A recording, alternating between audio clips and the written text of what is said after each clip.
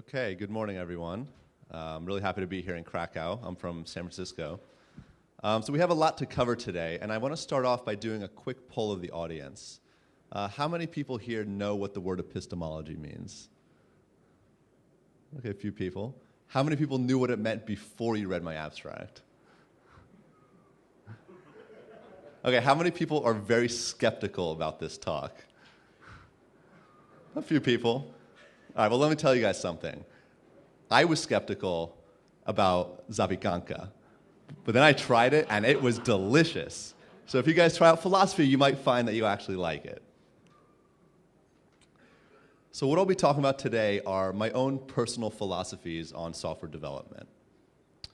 And something that I find interesting is how our struggles in software engineering mirror a lot of the struggles that philosophers have had answering some tough philosophical questions. Now, the main question I'll be focused on today is, how do I know my software is correct? And this mirrors the philosophical question, how do I know a proposition is true? Now, it turns out this question is so hard that an entire field of philosophy is dedicated to it, epistemology. It's a scary name, but all it means is the philosophy of knowledge.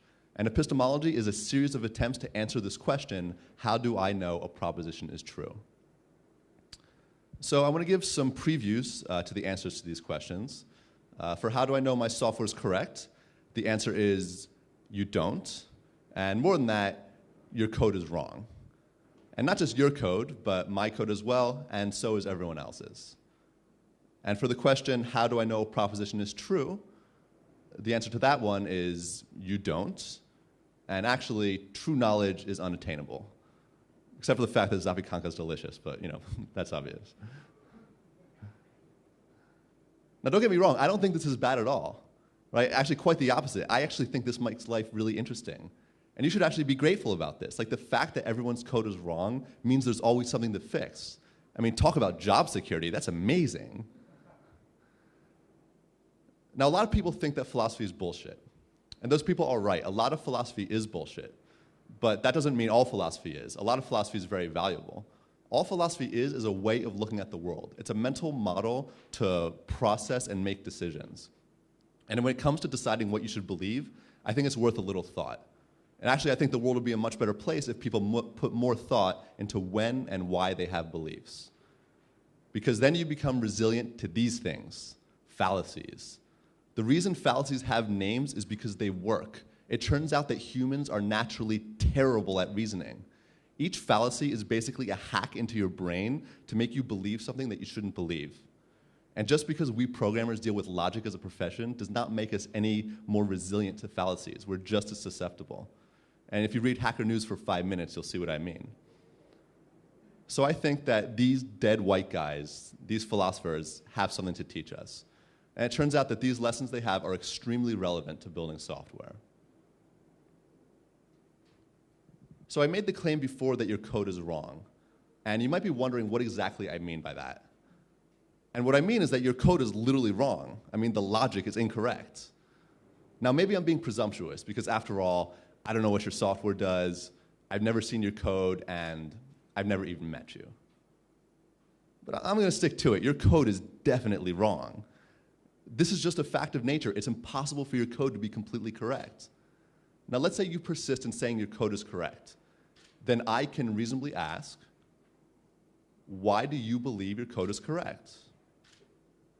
And you'll think for a minute, and you'll probably say, well, my code depends on dependencies 1, 2, and 3, and it mashes them together in just the right way to get the properties of my code. And then I can reasonably ask, how do you know dependency 1 is correct? And then you'll say, well, dependency 1 depends on dependencies 4 and 5, and it mashes them together in just the right way to get the properties of dependency 1. And then I can reasonably ask, how do you know dependencies 4 is correct? Now, we'll just go on and on like this, and eventually, we're going to reach the hardware, upon which I can reasonably ask, how do you know the hardware is correct? Now, at this point, you'll probably think for a minute, because we software engineers are not necessarily that good at hardware, but then you'll probably say something like, because of the way the electronics work. And then I can ask, how do you know the electronics are correct? And then you'll say, chemistry. Well, how do you know chemistry is correct? Atomic physics? How do you know atomic physics is correct? Quantum mechanics? But Richard Feynman said, nobody understands quantum mechanics. So then how can you say anything conclusive of anything that follows from it? Now, maybe you're smarter than Richard Feynman. You understand quantum mechanics, and you understand the whole tree of reasoning. But I wouldn't put my hopes on it. So I think I'm justified in saying your code is wrong. Now, I'm being facetious, but there's an underlying point here. No one can possibly understand this enormous complexity that underlies our software. It's inevitable that many mistakes will be made. Now, what I just demonstrated here is what's called the infinite regress problem in epistemology. And this is a serious problem if you're trying to show anything to be true, because you can always keep asking why. And if you can always keep asking why, how can you ever say you have knowledge? So philosophers have a number of solutions to this problem. And I put solutions in quotes because they're not so much solutions as they are approaches. And the first approach is called infinitism. And this says that it's actually okay to have an infinite chain of reasoning, that you can justify belief with an infinite chain of support. Now, there are actually people who argue for this, but I'm just not going to spend any more time on this because I think it's just a kind of dumb approach. The second approach is called foundationalism. And in foundationalism, we're going to say certain things are true just because. And we're going to call these things axioms. And everything else you believe will derive from these axioms. Now, I'm sure everyone here is familiar with this approach, and we'll talk about this more later. The third approach is called coherentism. And in coherentism, we say that a belief is justified as long as it fits in with the rest of your beliefs. So coherentism is more about consistency than it is about support. So I actually want to start off by talking about coherentism, because it's actually really interesting. And so the key to coherentism is that your beliefs should not contradict each other. So coherentism actually allows for circular logic, which is kind of a weird thing. But for computer science people, coherentism is actually pretty attractive because there's no special cases. There's no axioms or anything like that.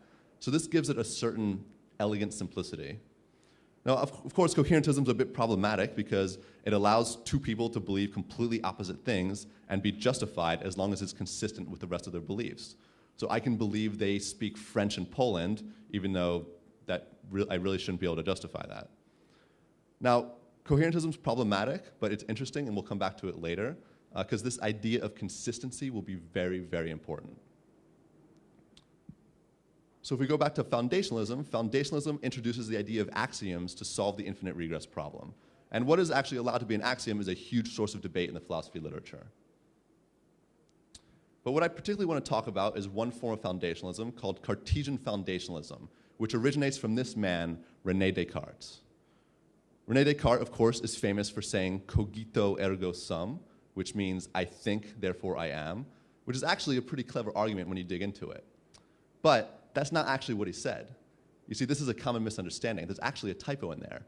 What he actually said was codito ergo sum, I code, therefore I am, which I think is something we can all identify with.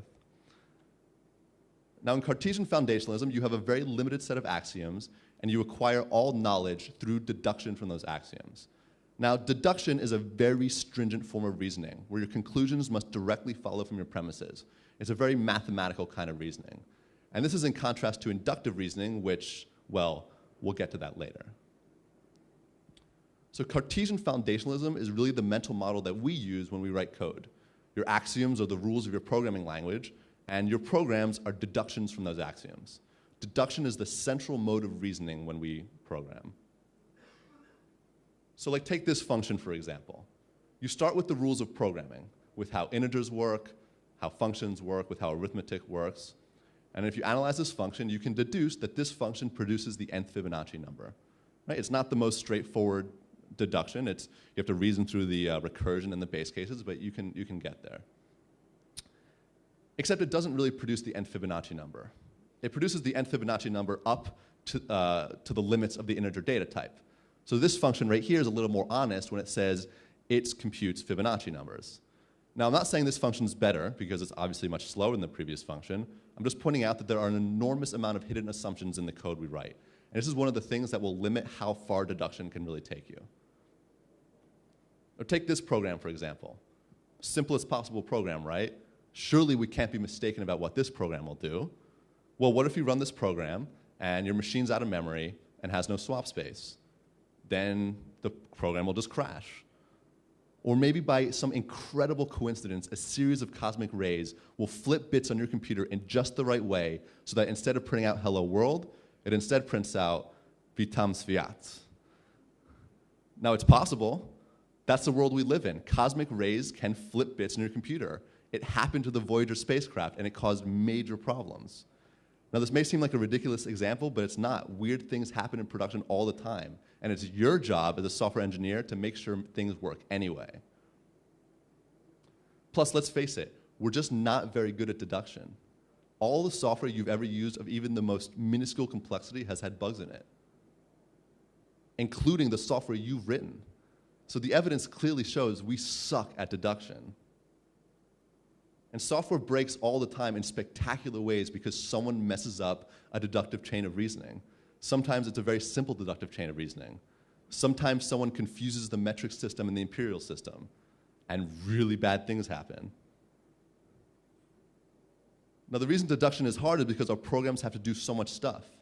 Like if you have a program that reads and writes to disk, well, it's pretty easy to handle the cases where the disk is working correctly. And it's even not that hard to handle the cases where the disk fails and starts throwing exceptions. But what about when the disk is being slow and finicky? What then? That's a really complex thing to handle. So the sheer complexity of what we do makes us make so many mistakes when using deduction. Besides the fact that we're not good at deduction, a lot of times you're not deducing from anything concrete. Like if you're evaluating a database, how do you know exactly what properties it has? Like how does it work under load? And exactly what conditions will it give errors? There aren't exact answers to these questions. You know, there's inherent fuzziness in the dependencies we build on, and you can't deduce from things that are fuzzy. Now, there's another form of reasoning called induction, and the induction I'm referring to is not mathematical induction. Mathematical induction is actually a form of deduction. The terminology is a little bit confusing here.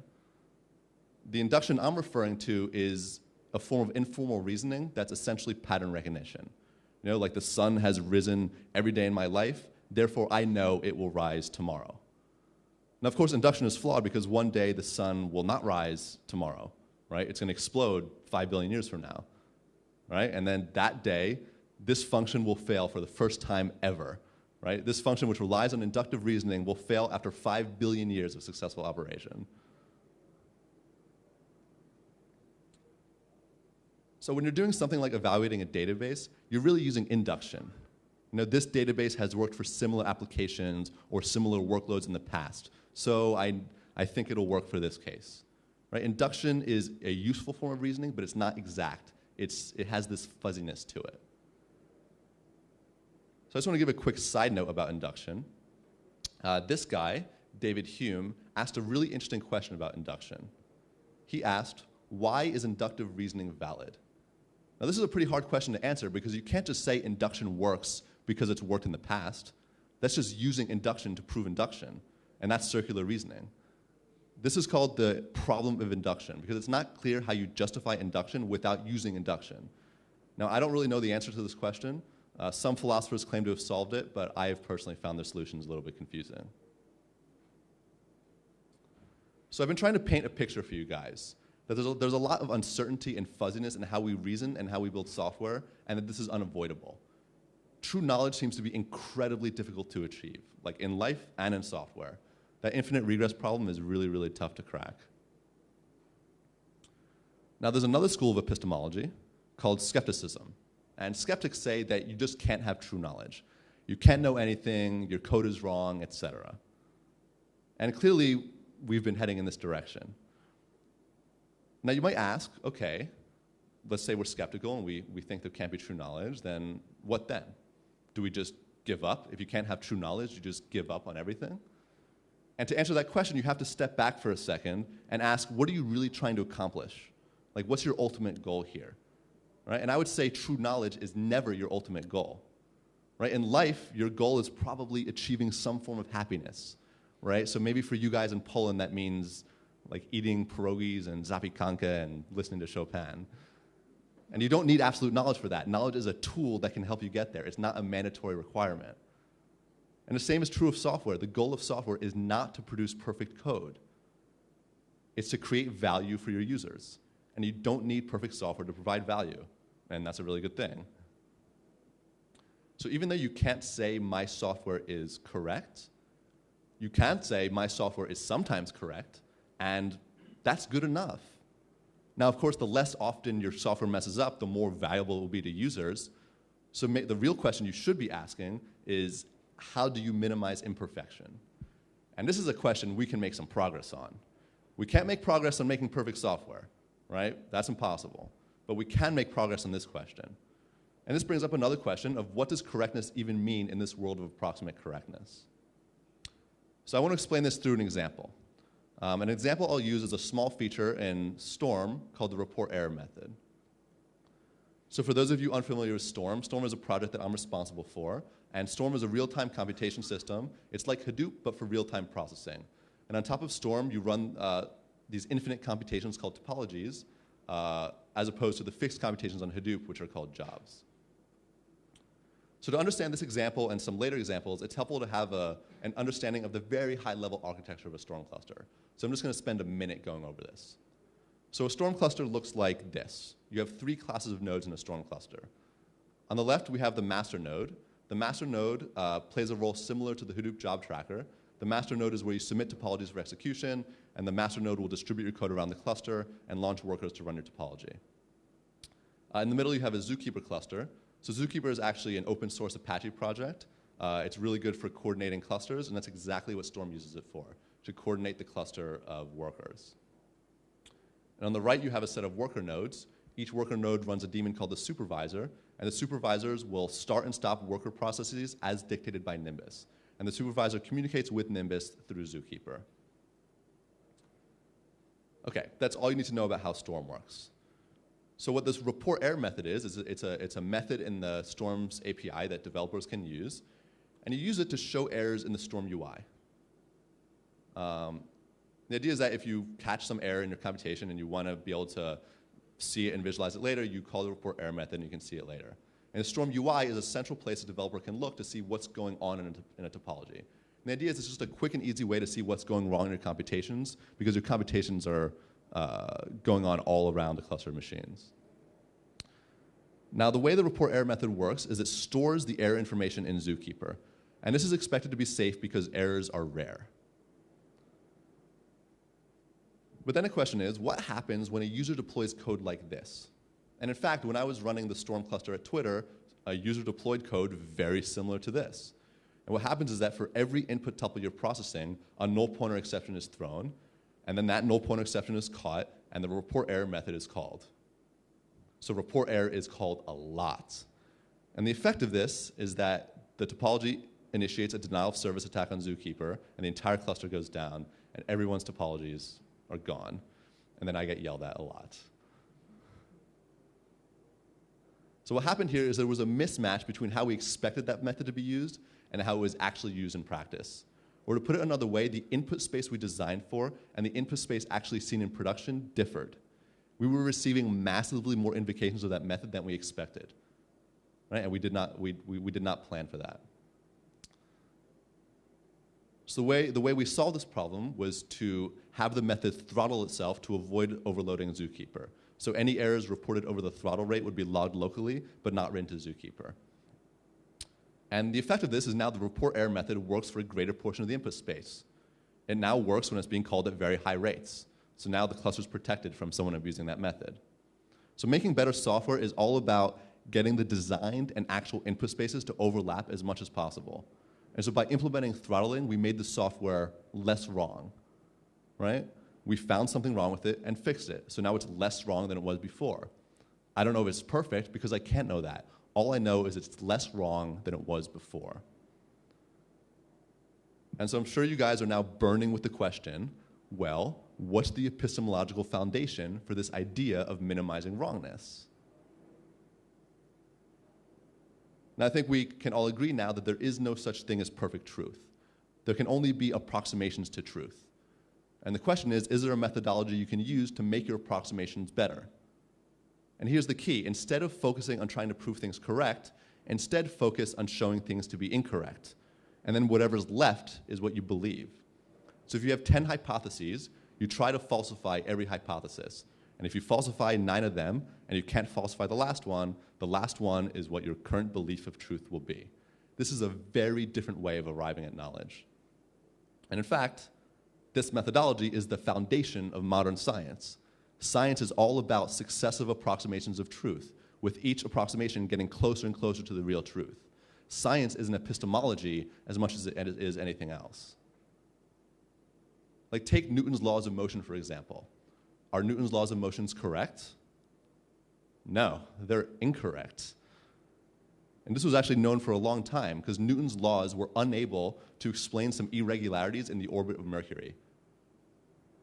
It was inconsistent. Newton's laws were inconsistent with our observations. And then Einstein came along with his theory of relativity, and he showed that Newton's laws are actually a special case of relativity, and it provides a much closer approximation to the truth. And in fact, relativity was able to explain those irregularities in the orbit of Mercury. And is Einstein correct? Well, almost certainly not, because we know that relativity conflicts with quantum mechanics, so we know that a much more general theory is needed. Now, it's possible that if you keep approximating truth, you'll eventually get to the real truth, but I don't think we're going to be around that long. So the algorithm for science is actually pretty simple.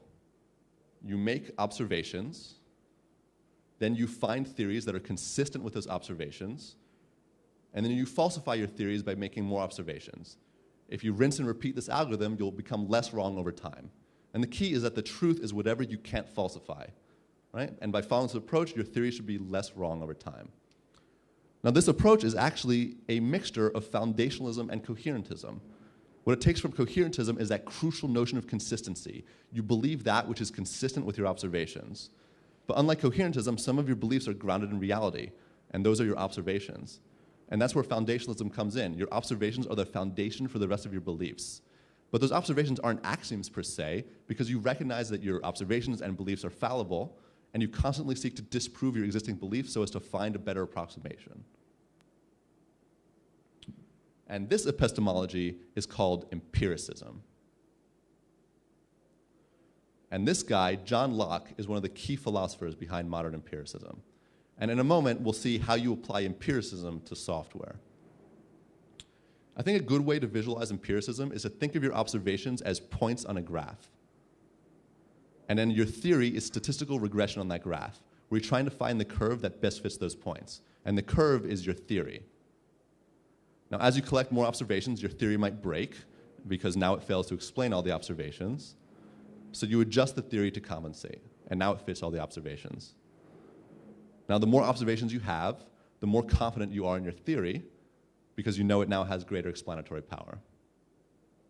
Now, of course, at many points, there are many curves that could fit that graph. But you should always choose the simplest one, because after all, why not? If your goal is to eliminate possibilities, and all remaining possibilities are as good as any other, you might as well stick to the simplest possibility just to make your life easier. Right? This is known as Occam's razor. Occam's razor is just an epistemologically practical thing to do. And if you use inductive reasoning and look at how theories were developed in the past, it's pretty clear that the simplest explanation is usually the best choice. So what does this have to do with software? Well, you can think of software the exact same way. The points on the graph are your known use cases for software. Each use case is the desired output for some set of inputs. And your software should fit those use cases as cleanly as possible. Now, usually software doesn't evolve so nicely. As you evolve to handle more use cases, a lot of the time the code gets messy, maybe there are a lot of special cases, and the software starts to look jagged. But some careful refactoring can smooth it out and make it more elegant. I think the skill of a programmer is how well you're able to manage this iterative process and keep the code as elegant as possible. So, how can you make better software? Get a lot of use cases for your software to fit. And when your software does not fit a use case, change it to make it fit. And this is testing. This is putting your software through its pacing. Testing is empiricism applied to software development. And testing is the most valuable thing we can do as software engineers. It's the only assurance of any semblance of correctness for our programs. And by doing good testing, you can make your software less and less incorrect over time. Now, of course, when you test, you want to make sure your tests hit a diverse portion of the input space, because otherwise you're not ensuring that much about the software. It's not about the quantity of tests, but about the quality. How well do your tests sample the input space of your software? A lot of tests close together in the input space are just wasteful. So like these, for example, are bad tests. Tests that bundle the use cases together don't ensure that the curve of your software is correct. Right? So like these tests are testing addition. You should be testing big numbers and far apart numbers and negative numbers and so on. And by testing, I mean more than just unit testing. I'm also talking about load testing and stress testing and fuzz testing. Those are just as important, and those test different aspects of your input space. So note that I'm not advocating test-driven development, where you always write your tests first. If that works for you, though, then that's great. What I personally like to do is a lot of exploratory coding. I do a lot of work in the REPL, and I like fiddling with different ideas until I find an approach that seems to fit the use cases. And then I code it and I test it and I make sure it fits my use cases as well as I thought it would. Okay, so let's do a quick review of the concepts we've covered so far. So we saw that deduction is fundamentally flawed because, first of all, the infinite regress problem. We also saw that programs are too complex to reason perfectly about. Our dependencies are too fuzzy to even apply deduction well. And the evidence shows that programmers are not very good at deductive reasoning. Now, we saw that empiricism can be a solution, or at least an approach to these epistemological problems. Now, we saw that truth can only be approximate. The observe, theorize, and falsify cycle can minimize your wrongness over time and give you closer and closer approximations. And when you apply this to software development, your tests are observations on the correctness of your software, and your programs are like theories that fit those observations.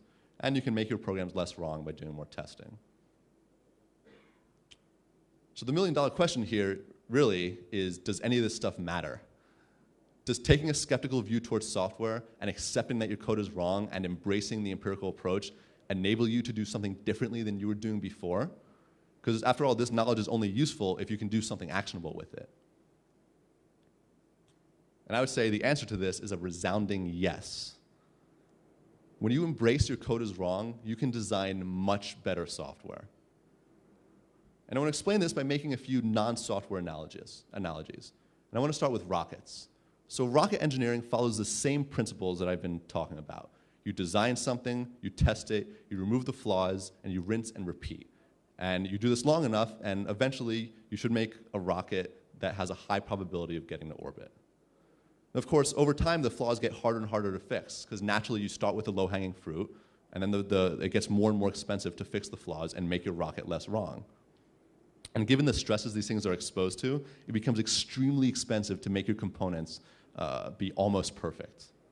Now, I read a really interesting interview with Elon Musk where he was talking about the design of the SpaceX rockets and how he was talking about that instead of trying to make perfect components, which is very, very expensive, they instead expect things to fail and they build redundant systems to handle the failures and correct for them.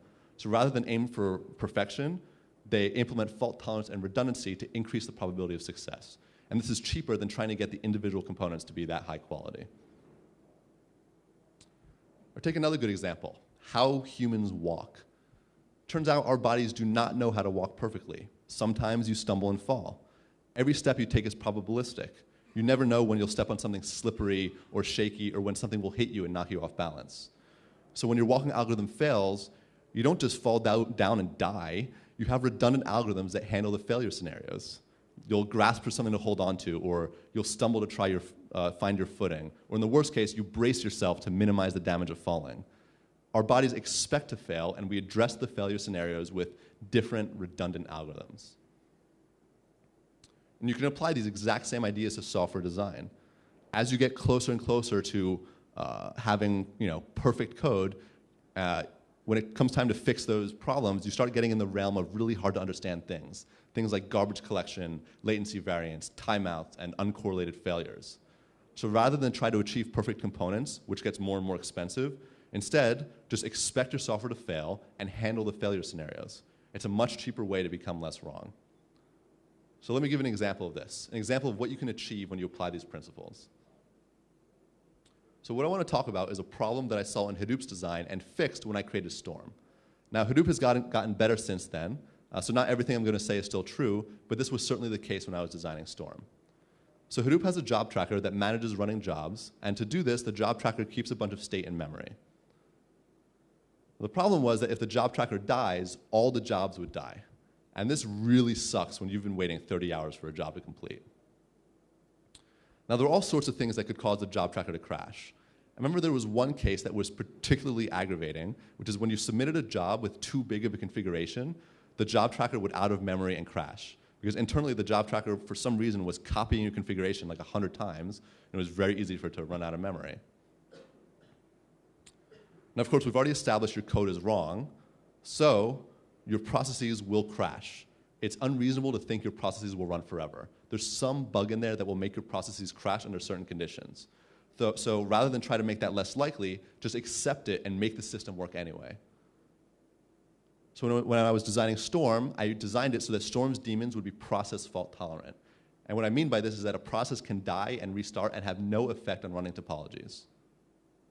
So if you look at Nimbus, which is Storm's equivalent of Hadoop's job tracker, if you kill it, nothing happens. If it dies, the topologies just keep on running like nothing happened. And the way this is implemented is all state for Nimbus is kept either on disk or in Zookeeper. So if Nimbus crashes, it'll just restart, recover its state, and continue where it left off. Of course, you need Nimbus up to do reassignments, but as long as the process restarts, you're fine. And so what I achieved with this design is that the software just works better. Right? You're now protected against stray errors that cause the master to crash. You're protected against things like race conditions and things like that. Now, the software is not perfect, it's just better. Remember this one time I deployed a new version of Nimbus in the internal Twitter cluster, and there was just a blatant bug in there. There was a blatant null pointer exception. Nimbus would start up, it would do a round of reassignments, and then it would crash, and then it would restart, do a round of reassignments, and crash. Now, what's crazy about this is that the cluster kept functioning. The only thing that didn't work was that people couldn't submit new topologies because Nimbus wouldn't stay up long enough to actually accept them. So what we did is we fixed the null pointer exception, we redeployed Nimbus, and everything went back to normal. And even though our master was super unstable during this time period, our users didn't even notice that something really bad had just happened because the redundant design hid that. And it was really cool to see this design pay off in action. Now, there's another way that this epistemological knowledge can help you write better software. One thing we've learned is that reasoning is a fundamentally hard thing to do, so let's program in ways that require less reasoning. Take this function, for example. Like, what information do you need to know what it does? Well, first of all, you need to know the arguments to the method. You need to know the code of the method. But this method right here depends on a whole bunch of state that's internal to the object of this class. So you need to know what is the state of whatever it's depending on. I need to dig into that as well, and that could really be anything. And then this method also calls a bunch of internal methods that may mutate state, so the effects of this method may be very far-ranging. And calling this method multiple times with the same arguments may produce very, very different results. So contrast that to our Fibonacci method. This method is very easy to understand because it only depends on local information. You can figure out what this does just by looking at it, right? And also this function causes no side effects, so you don't have to worry about something changing just because you call it.